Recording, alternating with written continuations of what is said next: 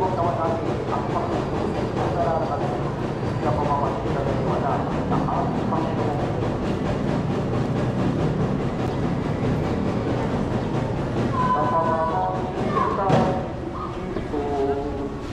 Manatili tayong nakatayo para sa panalangin na pangungunahan nila Jillian J. Alejandro at Aljami Minto, mga mag-aaral mula sa ikalawa at ikatlong baitang.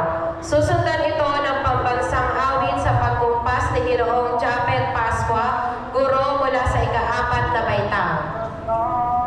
Magandang umaga po sa ating lahat. Thank you. So parang bago sa akin to kasi lagi yung mga kaharap ko, na older generation. So natutuwa akong makarinig ng mga boses ulit ng mga bata. So ayun, magandang umaga sa ating lahat.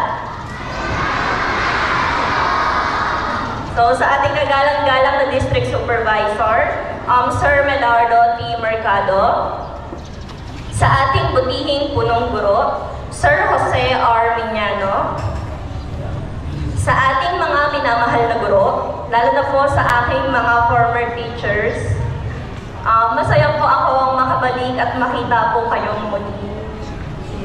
Sa ating school officials, personnel, maintenance, at sa mga tao sa likod ng araw na ito, binabati ko rin po kayo.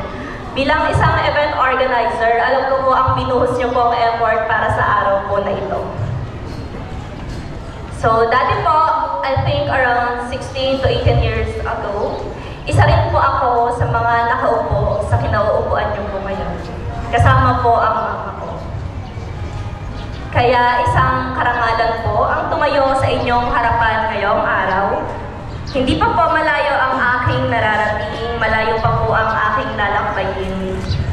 Kaunti pa lamang po ang baon kong kwento. Pero maraming salamat po, Ma'am Grace, at sa aking mga former teachers po, na ako po ang naimbitahan niyo po para magbigay ng mensahe ukol sa ating tema, Kabataang Pilipino para sa matatag na kinabukasan ng bagong Pilipinas. So, bilang mga kabataan, paano nga ba tayo makakalikha ng isang matatag na kinabukasan para sa ating bansa? Una sa lahat, edukasyon. Ito ang susi sa pag-unlad at ang ating magiging sandata sa kinabukasan. Sa panahon ngayon, sa modernong panahon, kasabay ng mabilis na pagbabago ng mundo, mahalaga rin na tayo ay maka-adapt sa teknolohiya. Sa kabila ng mga hamon ng pandemic, napatunayan natin na ang edukasyon ay maaaring magpatuloy sa pamamagitan ng makabagong teknolohiya. Ang online learning platforms, digital classrooms at virtual resources ay nagbigay daan sa atin upang magpatuloy sa pag-aaral kahit na nasa gitna tayo ng krisis.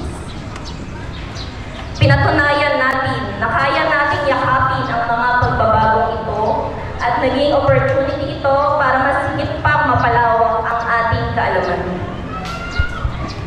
Actually, isa tayo sa mga mapapala dahil tayo ay may easy access sa internet, gadgets, at ang ating mga kaguruan ay patuloy pa rin nag-aaral at uma-attend ng mga trainings and seminars. E-learning, educational apps katulad ng Google Meet, Zoom teleconference at PowerPoint presentation, lahat yan inaaral nila. Ang ating mga kaguruan ay hindi nagsasawa na matuto para mabigyan tayo ng dekalidad na impormasyon kasabay ng makabagong panahon. So, gamitin natin ang pagkakataong ito para pasalamatan at palakpakan ang ating mga guro.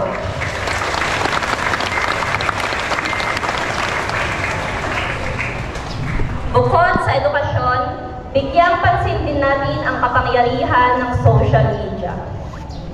So, sino rito ang merong Facebook, TikTok, YouTube? Ayan, sigurado ako, lahat tayo ay meron nito, no? Siguro, pagkagising pa lang sa umaga, ano ang una nating hinahanap? Cellphone, di ba? Alam na alam natin kung paano gamitin yan. Pero, alam din ba natin ang tama at wastong paggamit nito?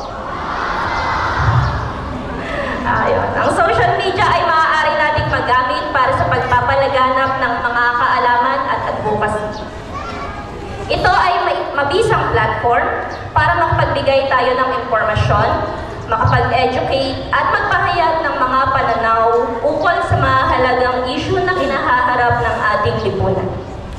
Ngunit sa paggamit nito, huwag natin kalimutan na protektahan ang ating sarili at ang ating privacy. Huwag tayo basta-bastang magbahagi ng mga personal na information at maging maingat sa pakikipag-communicate sa mga taong hindi natin kilala. Tandaan din natin na hindi lahat ng nakikita natin sa social media ay tama at totoo.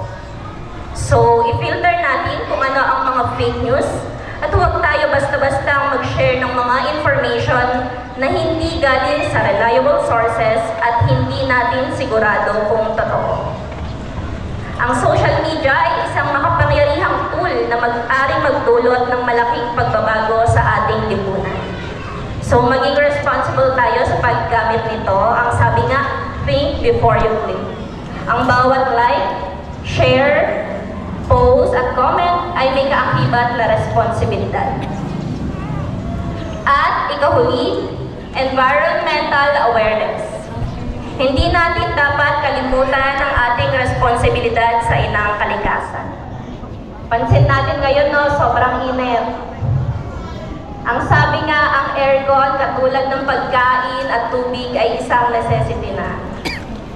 Ang pagbabago ng klima natin ay isang malaki at urgent na issue na kinahaharap ng ating mundo. Bilang kabataan, mahalaga na maging bahagi tayo ng solusyon.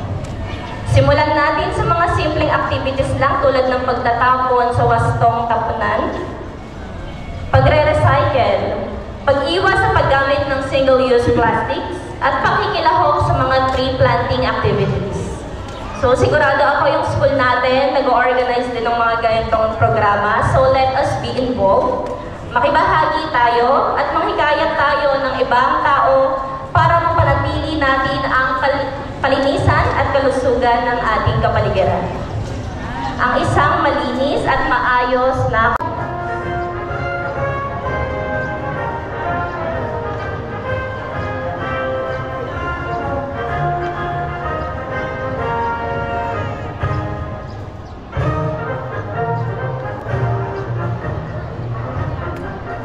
Manalo Samantha O.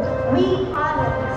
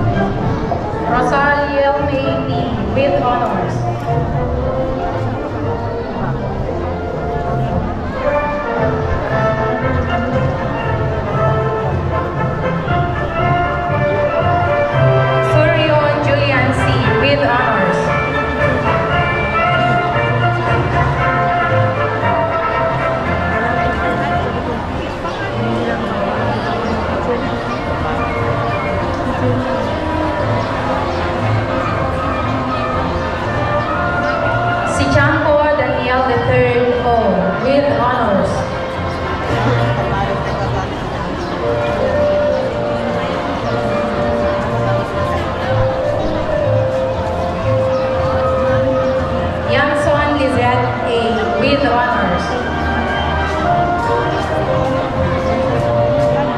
Grade 3 Ate, Advisor Mrs. Rose Marie Isapara. Hadalan Isaac M. with honors.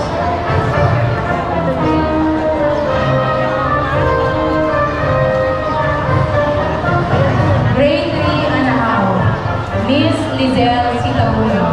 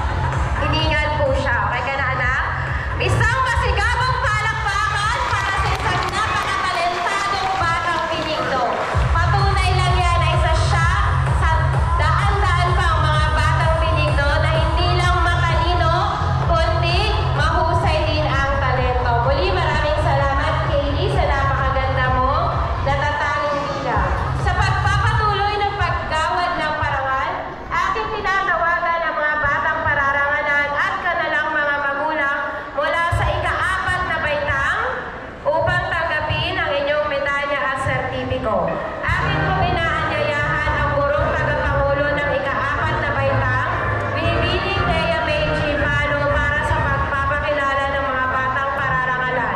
Ganon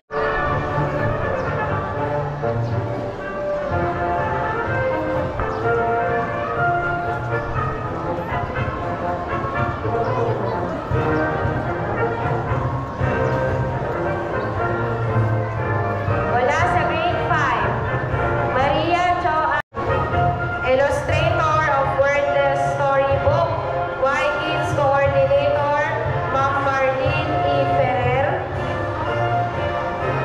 At para naman sa Writer of Wordless Storybook, Editor of Learning Resources in Filipino, SIP Coordinator, Y-Kids Coordinator, Ma'am Lolita C. Akin. Mga guro sa unang baitang, maghanda na po.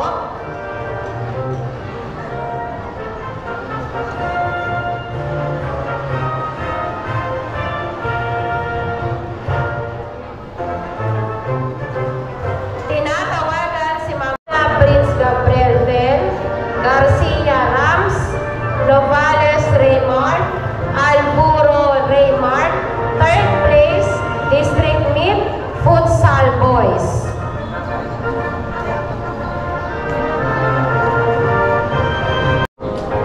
Ayo'y nagkatayo sa aking harapan. Salamat